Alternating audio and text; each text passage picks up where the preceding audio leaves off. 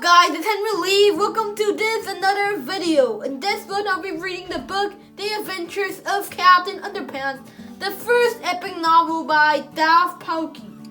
Now let's go right into it.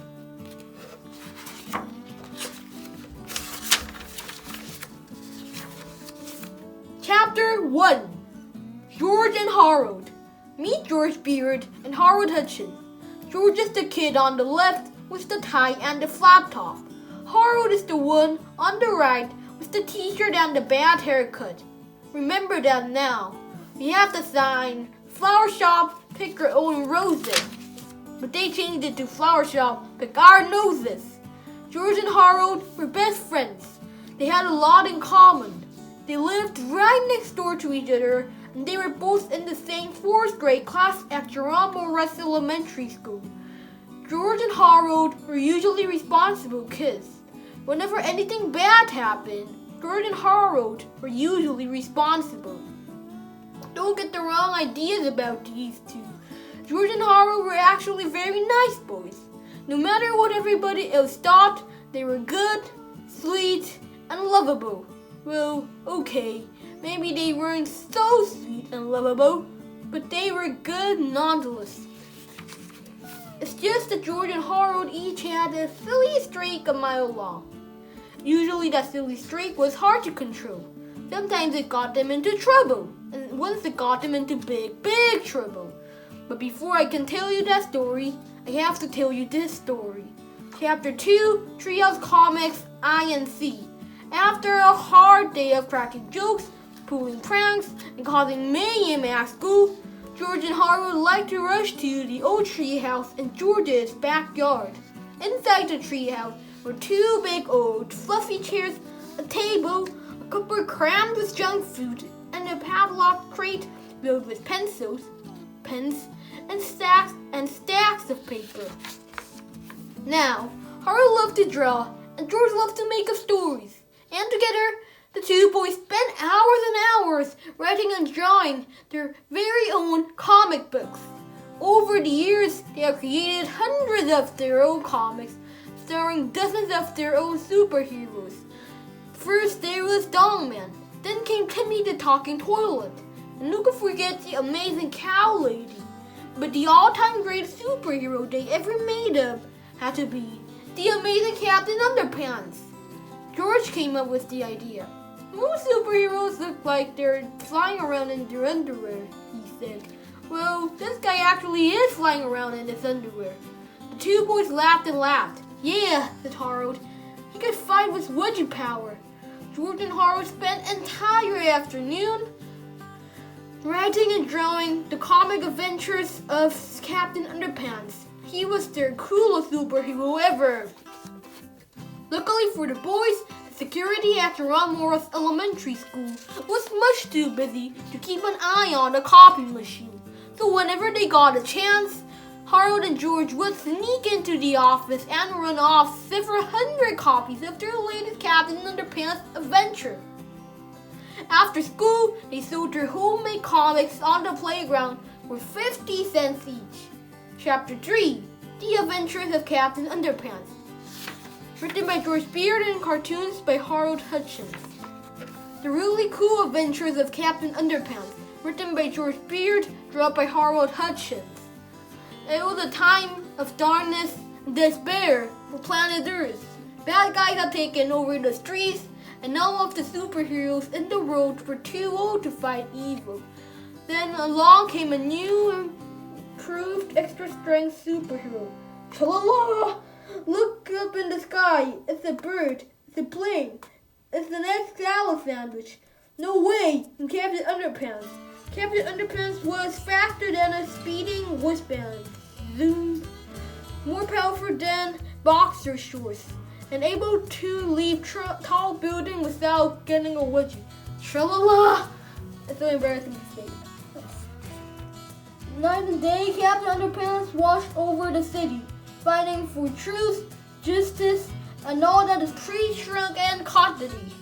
Meanwhile, at the nearby elementary school, it was Stinky Tackle's surprise day at the cafeteria. Yuck! Everybody hated it so much they all threw it away. Soon, the cafeteria food came to life. I am the Incredible Hunk. The monster ran around the school, eating everything in sight. Munch!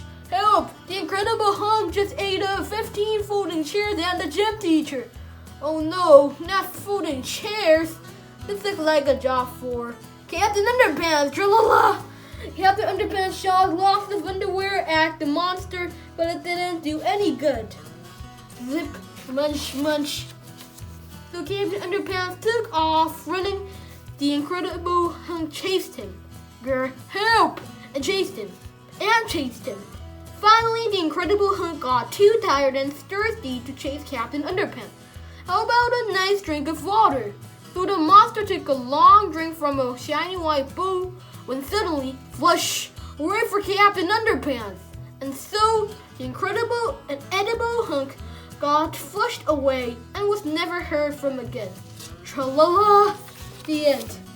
Don't miss our next existing adventure, Captain Underpants and the Attack of the Talking Toilets, coming soon to a playground near you. Chapter 4. Me no Mr. Crump. Do you see that old guy looking out the window up there? That's Mr. Crump, the principal. Now, Mr. Crump was the meanest sourced principal in the whole story of Jerome Morris Elementary School. He hated laughter and singing. He hated the sound of children playing at recess. In fact, he hated children altogether. They asked something to ask. So why did he become a principal when he hates children? That's so confusing to me when I read it. So yeah, I'm just asking it. Guess which two children Mr. Crump hated most of all? You guessed George and Harold. You're right.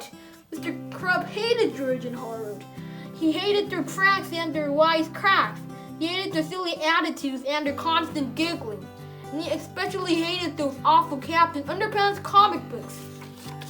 I'm going to get those boys one day, Mr. Crump vowed. One day, very, very soon. Chapter 5. One day, very, very soon. Remember when I said that George and Harold's silly streak got them into big trouble once? Well, this is the story about how that happened, and how some huge prank and a little blackmail turned their principal into the coolest superhero of all time. It was the day of the big football game between the Horace Knucklewoods and the Steubenville Stinkbooks. The bleachers were filled with fans. The cheerleaders ran into the field and shook their pom-poms over their heads. A fine black dust drifted out of their pom-poms and settled all around them. "Give me a K!" shouted the cheerleaders. "K!" repeated the fans. "Give me an N!" shouted the cheerleaders. "N!" repeated the fans. "Give me an achoo!" sneezed the cheerleaders. "Achoo!" repeated the fan. "Achoo, achoo, achoo!" The cheerleaders sneezed and sneezed and sneezed some more. They couldn't stop sneezing. "Hey!" shouted the fan in the bleachers. "Somebody sprinkled black pepper into the cheerleaders' pom-poms." "I wonder who did that?" asked another fan.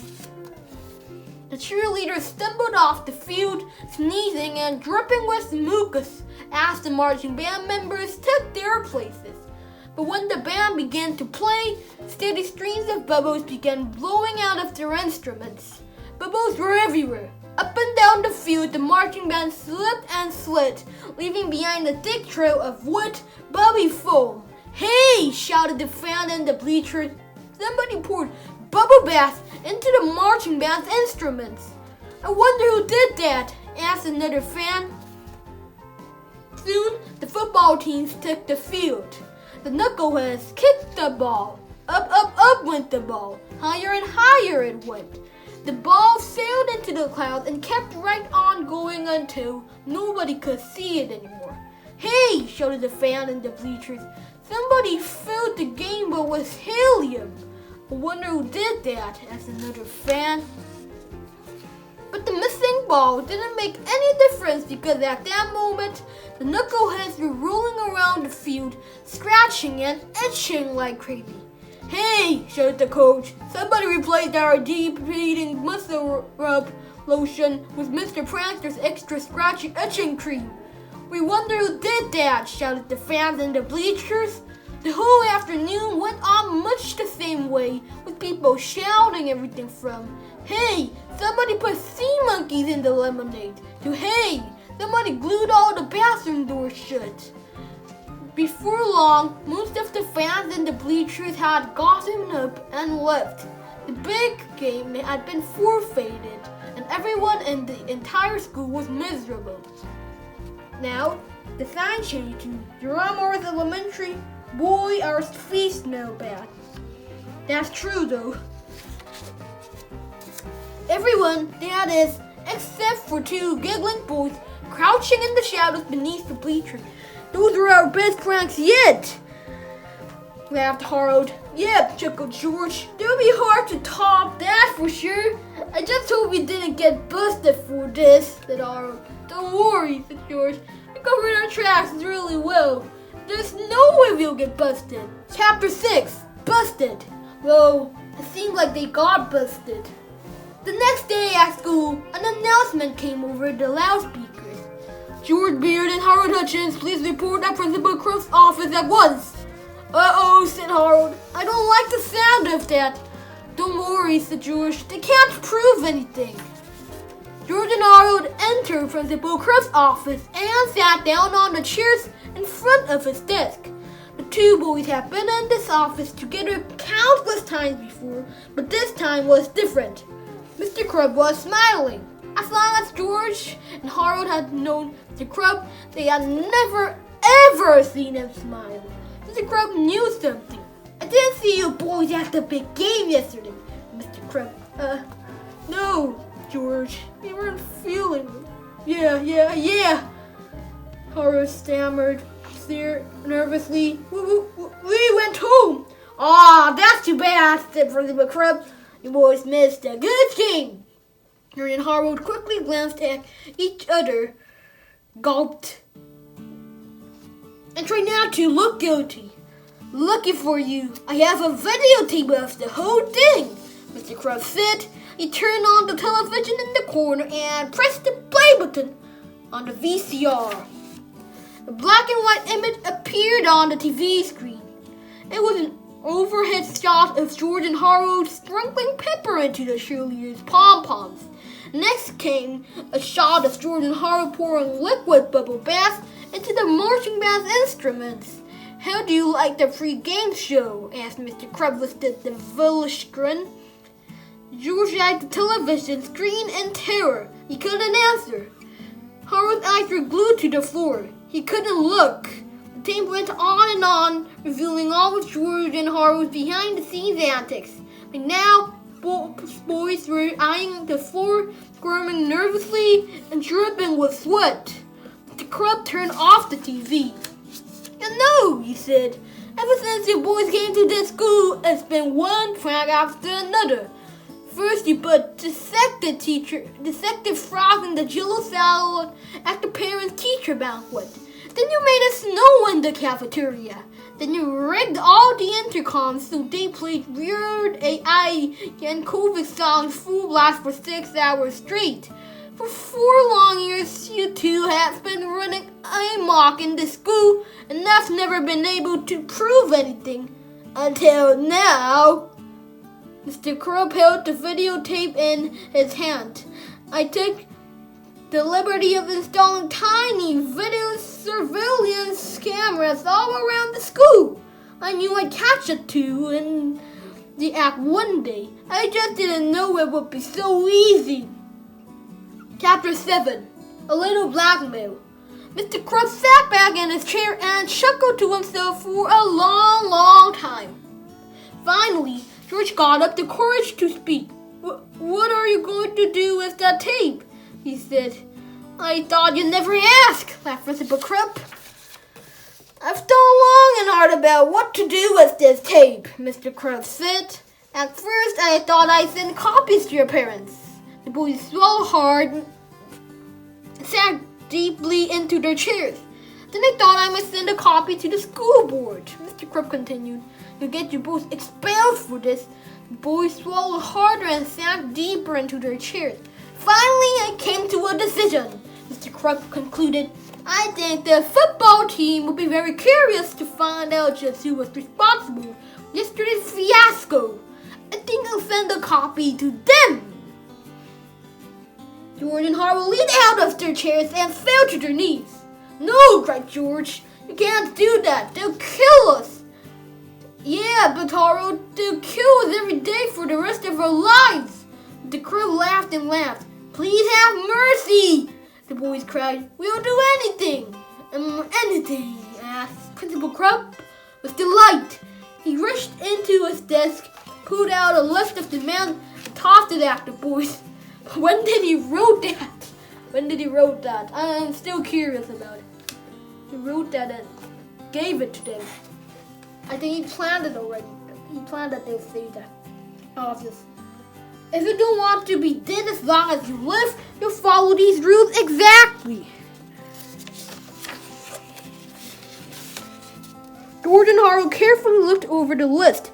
This is blackmail, said George. Call it what you like, Miss Principal Crump snapped. But if the two don't follow that list exactly, then the state becomes the property of the Horace Knucklehead. Let's read some of it. It has more than 22 rules. Whoa, they all hate those. Number 1, no practical jokes or pranks. That's too complicated.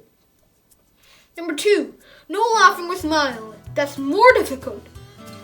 Number 3, no more, I don't know, I can't see it. Number 4, no more Captain Underpants comics. Number 5, wash my car every day. It will be annoying. Number 6, I think it's mow my lawn every day. Number 6, know something. Number 12, I don't know. Number 22, I don't know. And I think it will go on. And let's read the 8th chapter. Chapter 8, Grammy Punishment.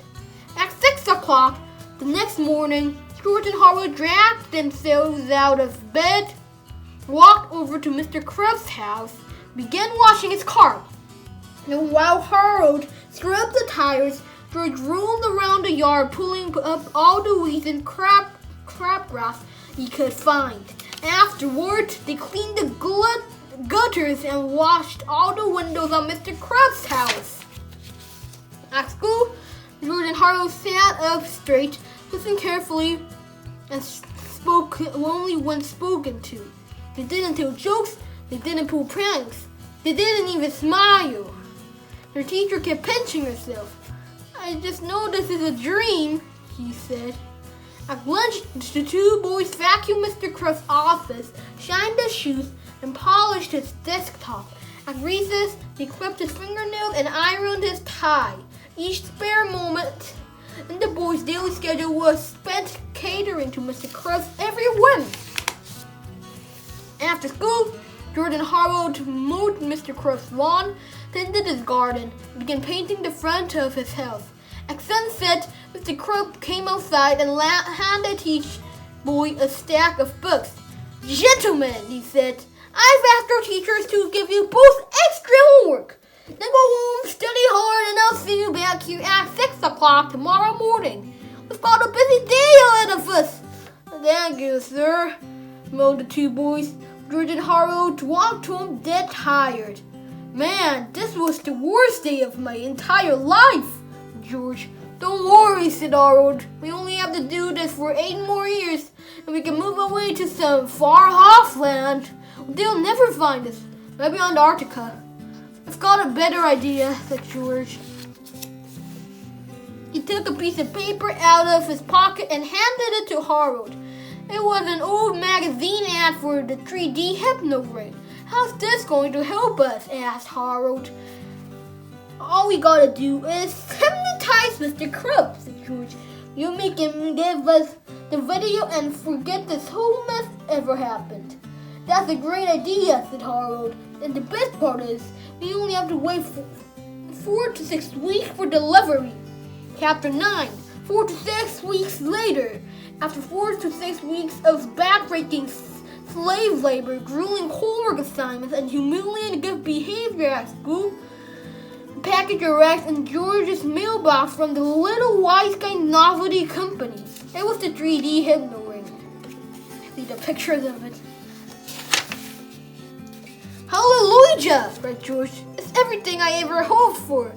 Let me see, said Harold. Don't look directly at it, warned George. Don't want to get hypnotized, do you? You really think it will work? Asked Harold. You really think we can amaze our friends, control our enemies, and take over the world just like he has said?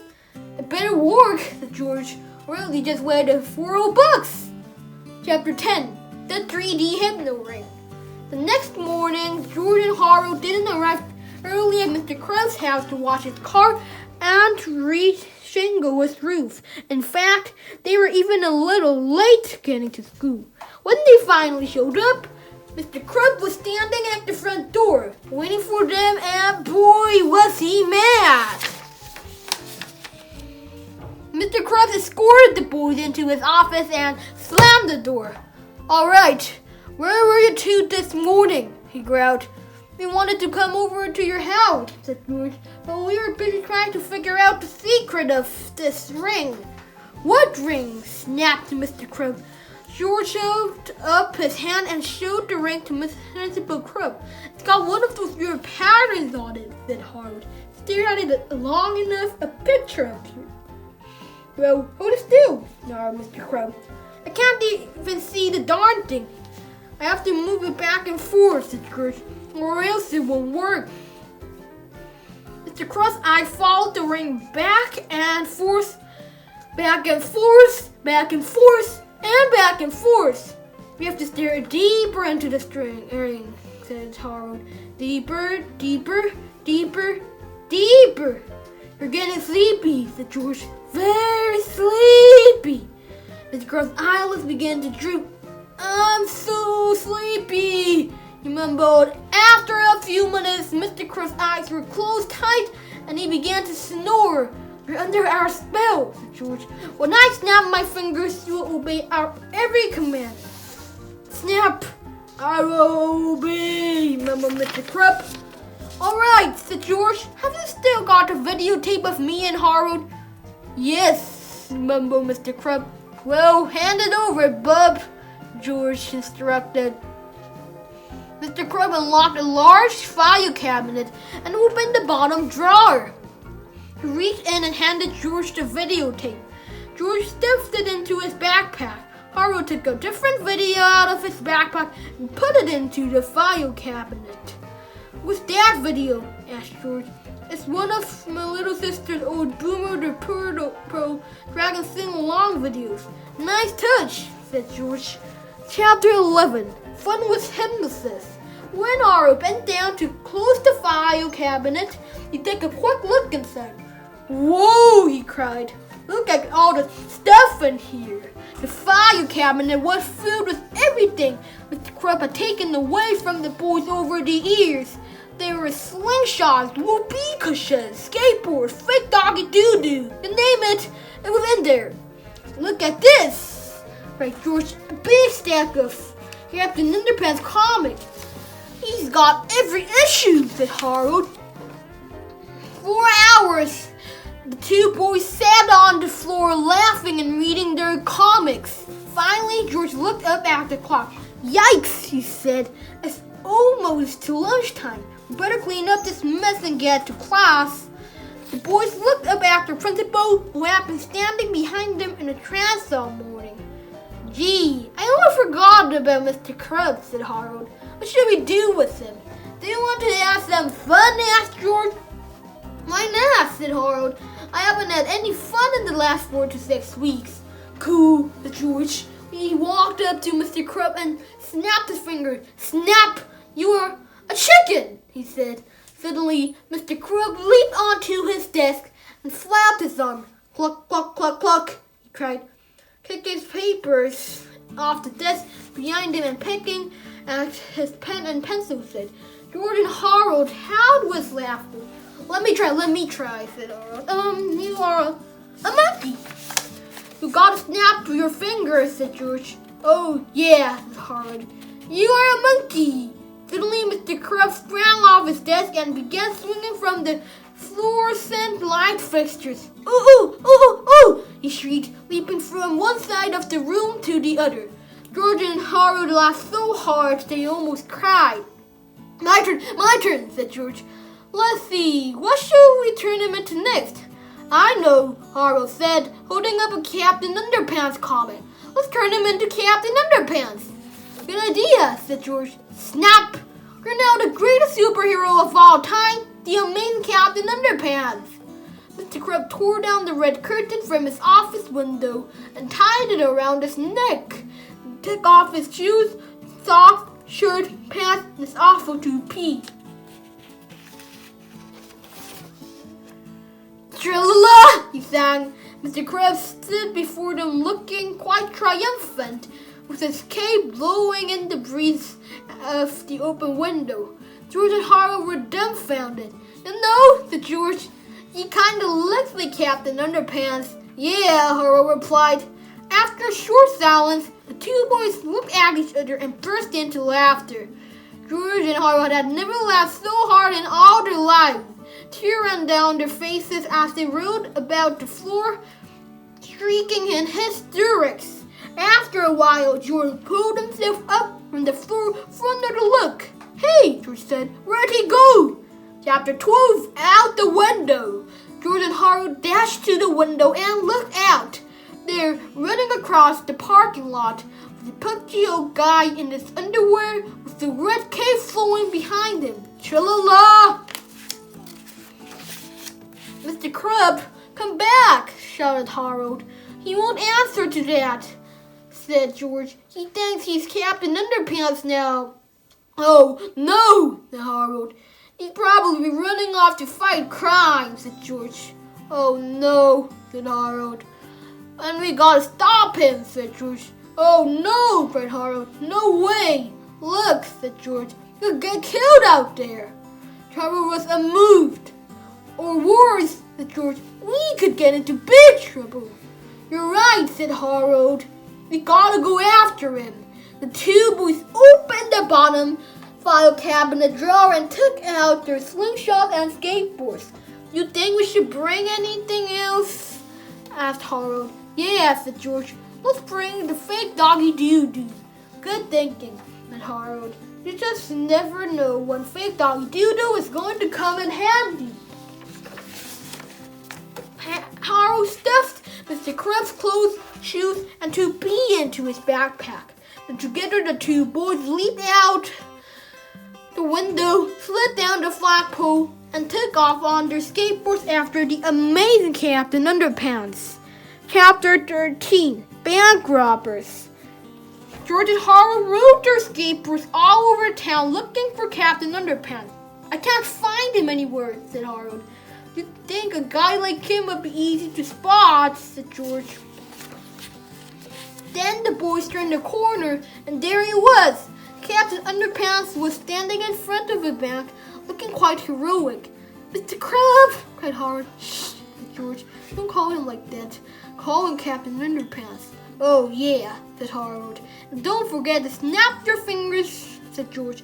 Right, said Harold. But before he got a chance, the back door flew wide open, and out stepped two robbers. The robbers took one look at Captain Underpants and stopped it in their tracks. Surrender, said Captain Underpants, or I will have to resort to wedgie power. Oh no, whispered Harold and George. Nobody moved for about 10 seconds. Finally, the robbers looked at each other and burst out laughing. They dropped their loot and fell to the sidewalk screaming in hysterics. Almost immediately, the cops showed up and arrested the crooks. Let that be a lesson to you, cried Captain Underpants. Never underestimate the power of underwear. The police chief, looking quite angry, marched over to Captain Underpants. And just who the heck are you supposed to be? The police chief demanded. Why, I'm Captain Underpants, the world's greatest superhero. The Captain Underpants. I fight for truth, justice, and all that's precious and costly. Oh yeah, shouted the police chief. Cuff him, boys. One of the cops took out his handcuffs and grabbed Captain Underpants by the arm. Oh no, cried George. We gotta roll. Together, the two boys zoomed into the crowd, weaving in and out of cops and bystanders. Harold skated up to Captain Underpants and knocked the superhero off his feet. George caught him and the boys skated away with Captain Underpants on their shoulders. "Stop!" cried the cops, but it was too late. George, Harold, and Captain Underpants were gone. Chapter 14, The Big Bang. After their quick escape, George, Harold, and Captain Underpants stopped on a deserted street corner to catch their breath. "Okay," said George, "let's dehypnotize him quick before something is kaboom happens." A huge explosion came from the rare crystal shop across the street. Heavy smoke poured out of the building. Suddenly, two robots with one stolen crystal emerged from the smoke and jumped into an old van. "Let's just see two robots get into a van," asked Harold. "You know," said George, "up until now the story was almost unbelievable." "Well, believable or not," said Harold, "we're not getting involved. I repeat, you're not getting involved." Instead, Captain Underpants leaped from the street corner and dashed in front of the van. "Stop! This is the name of underwear!" he cried. "Oh," said George, "I think we're involved!" The two robots started up the van and swerved around Captain Underpants. Unfortunately, the van brushed up against his red cape and it got caught. With a mighty jerk, Captain Underpants flipped backward and the van pulled him along as it drove away. "Grab him!" cried George. The two boys skateboarded with all their might toward the speeding van and grabbed Captain Underpants by the ankle. "Help!" they cried as the van pulled them through the city streets. "Mommy," said a little boy sitting on a bench, "I just saw two robots driving a van with the guy in his underwear hanging off the back by a red cape, pulling two boys on skateboards behind him with his feet." "How do you expect me to believe such a ridiculous story?" asked his mother. What is she reading? Tabloid Times. Bigfoot gives birth to 200-pound UFO baby. Yeah, great. Finally, the van came to a screeching halt in front of an old abandoned warehouse. The sudden stop, the Captain Underpants flipped over the roof of the van and crashed through the front door of the building. Well, said a strange voice from inside the warehouse. "Looks as if we have a visitor." Chapter 15, Dr. Dapper. George and Harold hid behind the van until the coast was clear. Then they sneaked up to the hole in the door and peeked inside. Captain Underpants was all tied up. The two robots were standing guard, and the strange little man wearing a diaper was laughing maniacally. "I am the evil Dr. Dapper," the strange little man told Captain Underpants, "and you will be the first to witness my takeover of the road." Dr. Dapper placed the stolen crystal into a large machine called the Lasermatic 2000. The machine started to light up and make loud noises. Heavy gears began shifting and spinning, and the laser beam from the crystal shot straight up through a hole in the roof. In exactly 20 minutes, this laser beam will blow up the moon and send huge chunks of it crashing down upon every major city in the road of Dr. Dapper. Then I will rise from the rubble and take over the planet. Only one thing can help us now, said George. What? asked Harold. Rubber doggy doo-doo, said George. Harold took the fake doggy doo-doo and the slingshot from George's backpack and handed them to him. Be careful, said Harold. The fate of the entire planet is in your hands. With careful and precise arm, George shot the rubber doo-doo through the air and across the room. It landed with a plop right at the feet of Dr. Dapper. Yes, whispered George and Harold. Dr. Dapper looked down at the doo-doo between his feet and turned bright red. Oh, dear me, he cried. I'm dreadfully embarrassed. Please excuse me. Plop. He began to waddle toward the restroom. This has never happened to me before, I assure you, he said. I guess with all this diamond, I just, oh dear. While Dr. Dapper was off changing himself, George and Harold sneaked into the old warehouse. Immediately, the robots detected the boys and began marching toward them. "Destroy the intruders," said the robot. "Destroy the intruders." George and Armin screamed and ran to the back of the warehouse. Luckily, George found 2 old boys and gave one of them to Harold. "We're not going to have to resort to extremely graphic violence, are we?" asked Harold. "I sure hope not," said George. Chapter 16, the extremely graphic violence chapter. Warning! The following chapter contains graphic scenes showing 2 boys beating the tar out of a couple of robots. If you have high blood pressure or if you faint at the sight of motor oil, we strongly urge you to take better care of yourself and stop being such a baby. It's not that scared, I know that. Don't get so scared. Flipporama! We all enjoyed this. I don't have to read this. Flipporama 1. Robo Rampage. Okay. Yes, it's animated. Sort of like an animation. Like this Robo Rampage. Yeah. See, it isn't that scared. Flipporama 2. George saves Harold. Harold's being almost caught and yeah, he hits the robot. Next, Flipporama. Yeah, we did it. Flipporama 3. Harold returns the favor. Yeah. Oh, it's too difficult to do it. Dogman's much easier to do it. Read Dogman in the past. Dogman was the first long book I ever read.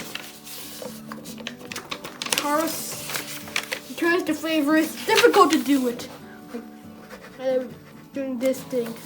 Flipporama 4, mixed nest and boats. Yeah, they jumped over it. Yeah, pretty good at this time.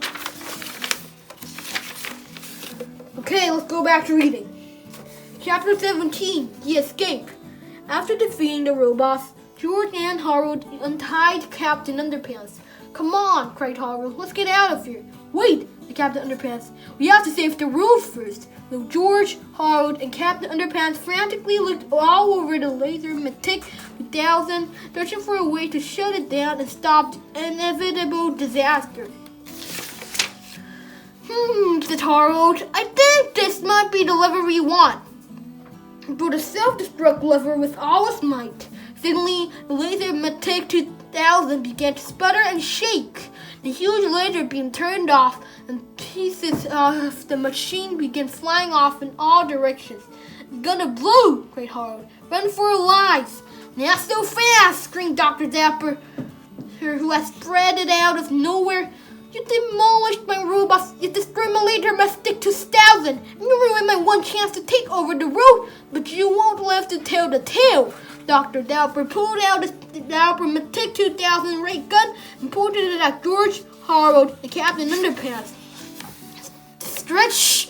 Captain Underpants quickly stretched a pair of underwear and shot it at Dr. Dapper. The underwear landed right on the evil doctor's head. "Help!" cried Dr. Dapper. "I can't see." George and Harold ran out of the warehouse as fast as they could. "Great shot, Captain Underpants!" cried Harold. "There's just one thing I don't understand," said George. "Where'd you get the extra pair of underwear?" "Wah!" Yeah, he's crying. "What extra pair?" the Captain Underpants. "Never mind that," cried George. "Let's just get out of here before the laser Mythic 2000 thing explodes! Kaboom!"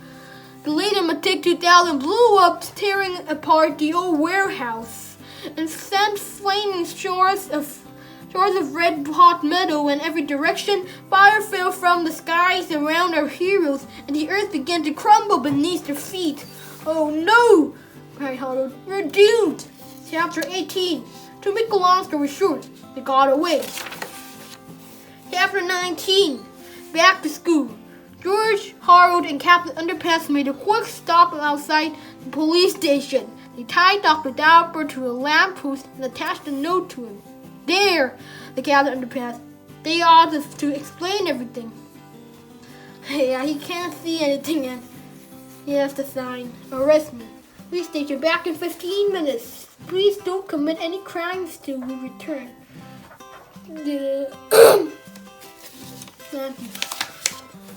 George and Harold let Captain Underpants back to Drumhorse Elementary School. Why are we going here? Asked Captain Underpants. Well, said George, you have to do some undercover work here. Yeah, said Harold, reaching into his backpack. Put these clothes on and make it snappy. Don't forget your hair, said George. Captain Underpants quickly got dressed behind some bushes. Well, how do I look? He asked. Pretty good, said George. I tried to look really mad. Captain Underpants made the nastiest face he could. No, said Harold. He kind of looks like Mr. Crumb. Harold, whispered George. He is Mr. Crumb.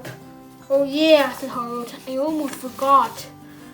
Before long, they were all back inside Mr. Crumb's office. Okay, Captain Underpants, said George. You're now Mr. Crumb. Snap your fingers, whispered Harold. Oh yeah, said George. Snap, you are now Mr. Crumb. Who's Mr. Crumb? Asked Captain Underpants. Oh no, cried Harold. It's now working. The boy tried again and again to dehypnotize Captain Underpants, but nothing seemed to work. Said Harold. Let me see the instruction manual for that ring. George checked his pants pockets. Said George. I think I lost it. What? Cried Harold. The two boys searched frantically through the office, but the 3D Hypno ring instruction manual was nowhere to be found. Never mind, said George. I have an idea. He removed the flowers from a large vase in the corner. He poured out of all the water over Captain Underpants' head. What did you do that for? Cried Harold. I saw him do this in a cartoon once, said George. It's gotta work. After a few minutes, the crowd fully came to. What's going on here? He demanded. And why am I all wet? George and Harold had never been so glad to see the crib in all their lives. I'm so happy I could cry, said Harold. Well, you're gonna cry when I give the videotape to the football team, told Mr. Crumb. I've had it with you two. Mr. Principal Crumb took the videotape out of his file cabinet. Boys are dead meat, he sneered. He stormed out of his office with the video and headed toward the gym. George and Harold smiled. Wait till the football team sees that video, Harold. Yeah, said George. I sure hope they like singing Purple Dragons. Hey, look, said George. I found the 3D Hypno ring instruction manual. It was in my shirt pocket and my pants pocket. Well, throw that thing away, said Harold. We'll never need it again. I sure hope not, said George. And a warning. There's a warning page. Let's just read it for fun. Warning. Whatever you do, don't pour water on anybody's head when they're in a trance. This will cause the hypnotized person to slip back and forth from trance to reality whenever they hear the sound of fingers snapping. Chapter 20. The end. Things at Drumhorse Elementary School were never quite the same after that fateful day. The football team enjoyed Mr. Crumb's video so much that they changed their name from the Knuckleheads to the Purple Dragon Sing-Along Friends. The name change didn't go over too well with the fans. But hey, who's going to argue with a bunch of linebackers? George and Harold went back to their old ways, pulling pranks, cracking jokes, and making new comic books. They had to keep an eye on Mr. Crumb, though, because for some strange reason, every time he heard the sound of fingers snapping, snap, Principal Crumb turned back to, Oh no, cried Harold. Here we go again. George and Captain Underpants. Tra-la-la! Okay, that was the book I read. I hope you enjoyed this video. It took me so long reading it. And I can't hear that well because of all those voices and shouting I did. Anyway, thanks for watching. And I hope I can see you in the next one. Take care.